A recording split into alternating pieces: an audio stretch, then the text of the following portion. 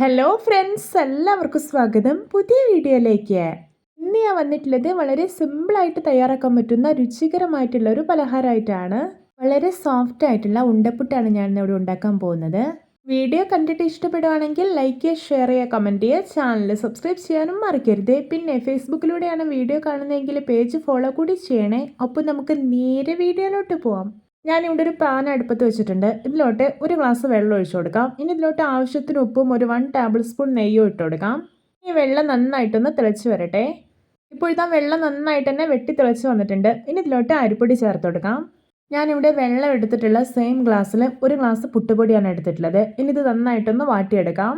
ഇപ്പോഴത്തെ പൊടി നല്ലപോലെ വാട്ടിയെടുത്തിട്ടുണ്ട്. ഇനി ഇതിലോട്ട് ചേർക്കേണ്ടത് തേങ്ങയാണ്. ഞാനിവിടെ ഒരു അരമുറി തേങ്ങ ചിരകിയത് എടുത്തിട്ടുണ്ട്. അതുകൂടി ഇതിലേക്ക് ഇട്ട് കൊടുക്കാം. എന്നിട്ട് നന്നായിട്ടൊന്ന് ഇളക്കി യോജിപ്പിച്ചെടുക്കാം.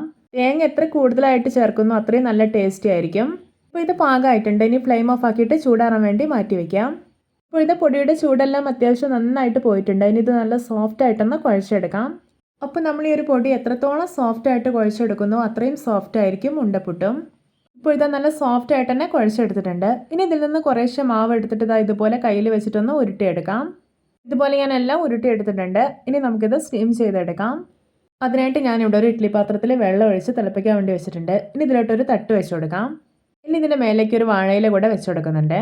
ഇനി നമ്മൾ തയ്യാറാക്കി വെച്ചിരിക്കുന്ന ഉരുളകളെല്ലാം ഉണ്ടല്ലോ, അതെല്ലാം ഇതിലോട്ട് വെച്ച് കൊടുക്കാം. ഇനി ഇത് അടച്ചു വെക്കാം. എന്നിട്ട് ഹൈ ഫ്ലെയിമിൽ വെച്ചിട്ട് ഒരു 15 മിനിറ്റ് സ്റ്റീം ചെയ്തെടുക്കാം.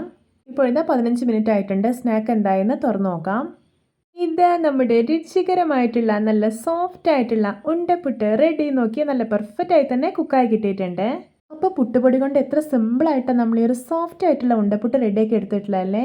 രാവിലെ ബ്രേക്ക്ഫാസ്റ്റ് ആയിട്ടോ അതുപോലെ ഈവനിങ് സ്നാക്കൊക്കെ ആയിട്ടൊക്കെ നിങ്ങൾക്കിത് കഴിക്കാവുന്നതാണ്. നല്ല മധുരമുള്ള ചായക്കൊപ്പം കഴിക്കാൻ ബെസ്റ്റ് കോമ്പിനേഷനാണിത്. പിന്നെ ഇത് തേങ്ങാപ്പാൽ കൂട്ടിയും കഴിക്കാവുന്നതാണ്. അപ്പോൾ എല്ലാവർക്കും എൻ്റെ രുചികരമായിട്ടുള്ള ഉണ്ടപ്പുട്ട് റെസിപ്പി ഇഷ്ടപ്പെട്ടെന്ന് വിചാരിക്കുന്നു. ഇഷ്ടപ്പെട്ടാൽ സപ്പോർട്ട് ചെയ്യാൻ മറക്കരുത്. അപ്പോൾ ഇതുപോലെയുള്ള വെറൈറ്റി വീഡിയോകളായി നമുക്ക് വീണ്ടും കണ്ടുമുട്ടാം. Okay, bye bye.